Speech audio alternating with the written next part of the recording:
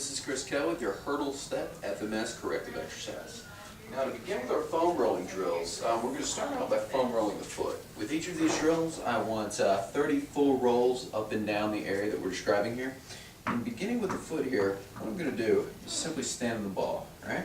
What I'm looking for you to do is just roll this up and down, pressing into the foot, really stopping to press down on any spots that are particularly tight or even maybe some lumps that you feel, and just massage out that trigger point. I want you to kind of roll from the top of the foot all the way to the bottom of the heel here, outside, inside, really everywhere in between. Just 30 rolls up and down, and just stop and press down into the areas that are uncomfortable for anywhere from 30 to 60 seconds. From here, we're going to move to the calf. So I'm just placing the ball under my calf here, and I'm just rolling along the outside of the calf. Turning my foot out here to help to direct the force kind of to the outer calf, and I'm just spinning about 10 rolls here. I'm going to move to the middle about 10 rolls. I'm going to move to the inside for about 10 rolls. Once again, just looking for trigger points, rolling all the way from the Achilles up to the base of the knee. All right, from here, I'm going to stand up. Let's see, what do we have next? We are going to foam roll the quad and the T-band, okay? And that is the front and the side of the leg. All right, starting with the side of the leg, I'm just straightening my leg out here. I'm going to start at the base of my knee. I want to come all the way up to the base of my hip. I'm just rolling up and down, kind of just pressing down in this area, really turning to the side so I can get that nice benefit all the way up and down, and just stopping and pressing down into any spots that are tight, again, for 30 to 60 seconds. Then I'm going to turn on my front here and just use the non-rolling leg to help to propel the foam roller up and down, pressing into those spots, once again from the base of my knee all the way up to my hip. 30 full rolls, and then moving to our stretches. Alright, so for our first stretch, we have 2 more drills here. So we're going to roll actually the side of the hip, okay, and this is called the gluteus medius, just a small spot on the side of the hip. Right about here, I'm just going to turn over on the ball here so you can see me.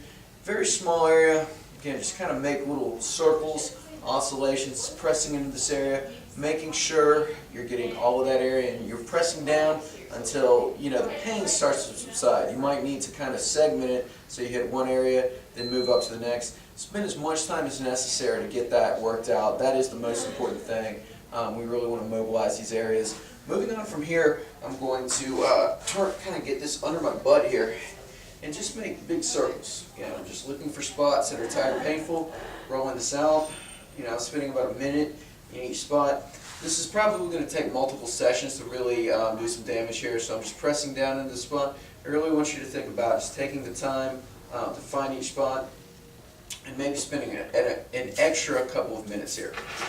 Alright, now we're moving into our stretches, and our first stretch here would be what is called a box hip flexor stretch. The reason it is called a box hip flexor stretch is because I'm putting my foot up in a box here. You can use a step or anything to elevate the foot on, really. What I'm doing here is getting the foot up, leaning in until I feel it stretch down here in my down leg. I'm thinking about contracting the butt cheek of my down leg and twisting in until I feel a stretch here.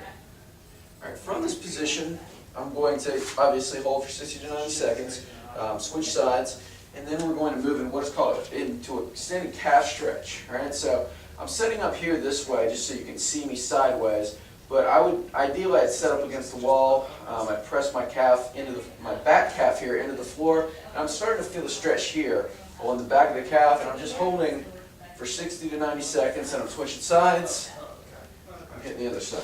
Alright, now from there, we're going to do 2 stretches utilizing this box. Alright, our first stretch is what is called a stride stretch with internal rotation. So I'm going to put one foot up here in the box. I'm going to lean in until I feel a stretch here in the down leg, and then twist in. I'm just holding here for prescribed time. Going into our last stretch, you can use really a countertop or something pretty high for this. Just crossing this leg onto that surface. And what I'm thinking about doing is bending my down leg so I really kind of sit into the stretch. I'm feeling a stretch down here in my butt. I'm holding again for 60 to 90 seconds. Switch sides. and those are your stretches. Now for our strengthening exercises, we just have two. Alright, so our first exercise would be what's called a cook hip lift. And with this, what I'm thinking about doing, pulling my knee in my chest, pushing my hip up into the air, and just holding. If you start to feel this in your hamstrings at all, what I want you to do is pull your foot back towards your butt a little bit more. Don't come up quite as high, and really think about contracting the butt cheek.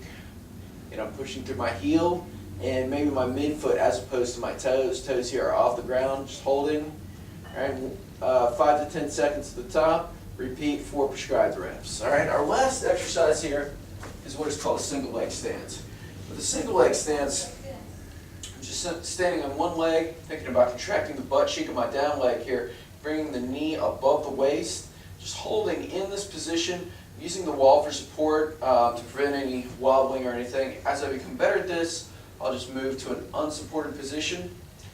And from here, the progression would be to close the eyes to really kind of take away one of the kind of the sensory components. For those two exercises, you're going to do those anywhere from 2 to 3 sets of 10 reps, and all the other stuff you just do once. And those are your hurdle step corrections.